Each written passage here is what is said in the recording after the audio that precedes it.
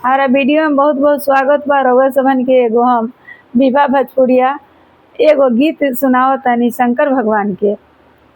कवन तू पुनावा देखलू ए गौरा, शिवाजी से गइलू लो भाई, शिवाजी से गइलू लो भाई।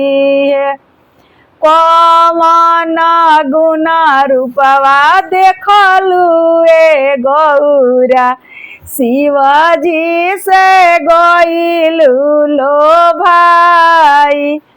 शिवाजी के केसिया पर चंदरा माझी बसेनी, जटवे से गइनी लो भाई।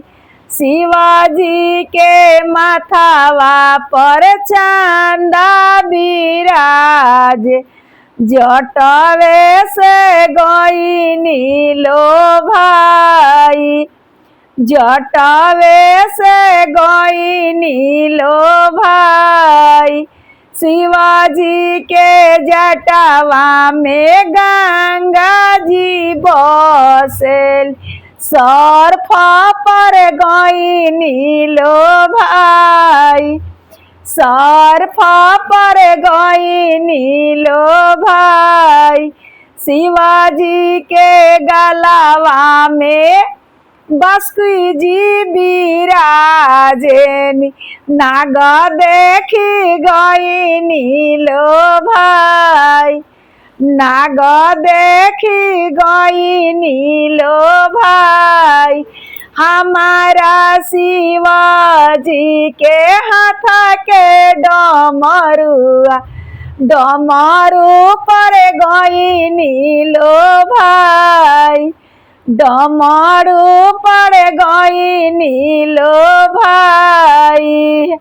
चार भुवन अम्मा के हुसन नई के, मोर शिवा गजबे निराला, हमरो शिवा गजबे निराला।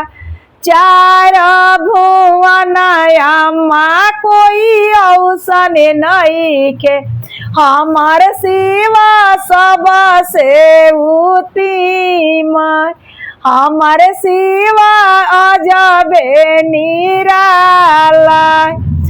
ऊपर से मती तू देखी है आमा, हमार शिवा गजबे निराला। गौरा माई अपना अथी बा, गौरा माई समझावा तनी अपना माई के, हमरा शिव नियर दुनिया में केहू नहीं खे। ऊपर के रूप मन देखा, हमार अंदर के रूप हमरा शिव के देखा, हमार शिव कितना सुंदर बानी। वही से हम शिव जी से हम लोभा गल बानी। हमारा अगर गीत रउआ लोग के अच्छा लागी और चाहे ना लागी, बाकी एगो लाइक हम ये देखतानी कि हमरा के सपोर्ट करी, एगो लाइक करी और सब्सक्राइब करी, हमारा वीडियो के सपोर्ट करी। खाली पूरा वीडियो देख लिए ही में हम बहुत खुश बानी। जय माता जी।